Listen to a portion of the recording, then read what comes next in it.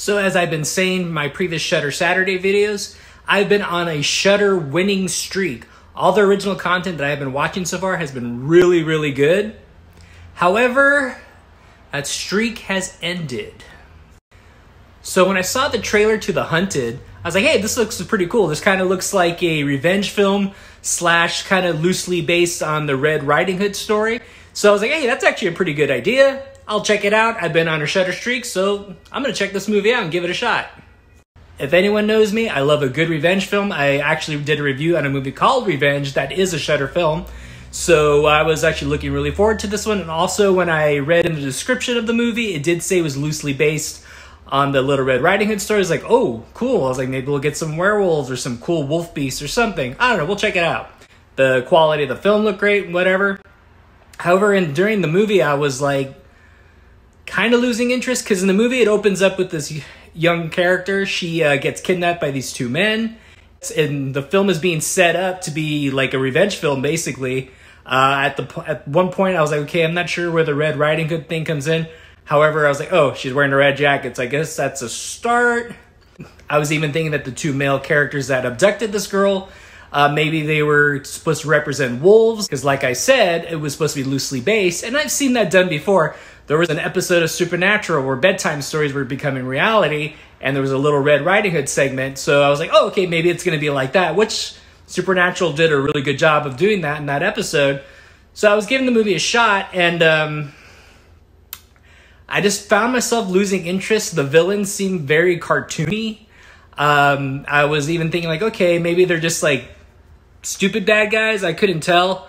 The main villain was actually, at parts, he was interesting because he'd be crazy.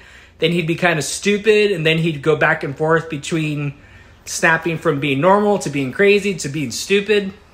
Halfway through the movie, I was like, I don't think I'm liking anybody in this film. I was like, even the main character, I kind of wasn't feeling anything for her. And I was even thinking like, oh, well, maybe that's the idea. Maybe at some point she will take control and start kicking some ass. Like all revenge movies do, the hero will fall for a good chunk of the movie and then get up and then start dominating. However, that wasn't really happening in this movie. Every time you thought it was going to happen, she got rescued by something else.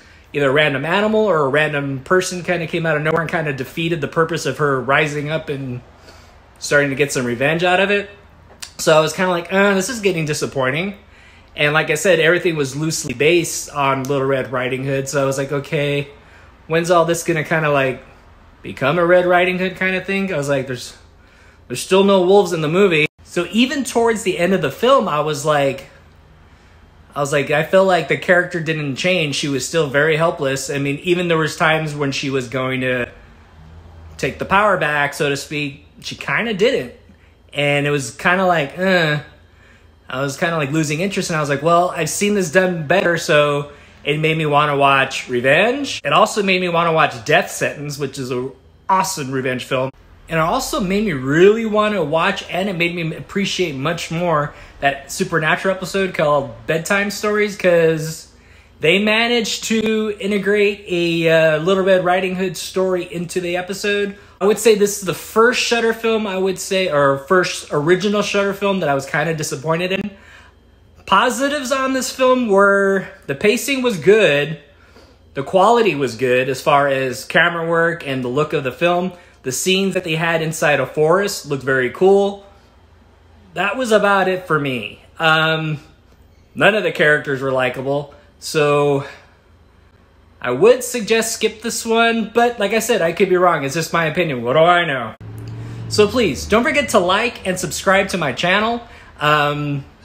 So yeah, I'm Mike the Movie Misfit. I'll see you at the movies. And yeah, don't forget to like and subscribe to my channel, please. And also look forward to doing more games with you on my IG. All right, see you later.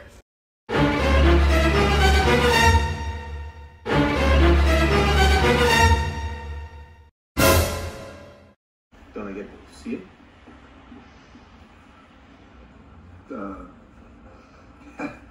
Yeah. Yeah, it's a work in progress. It's really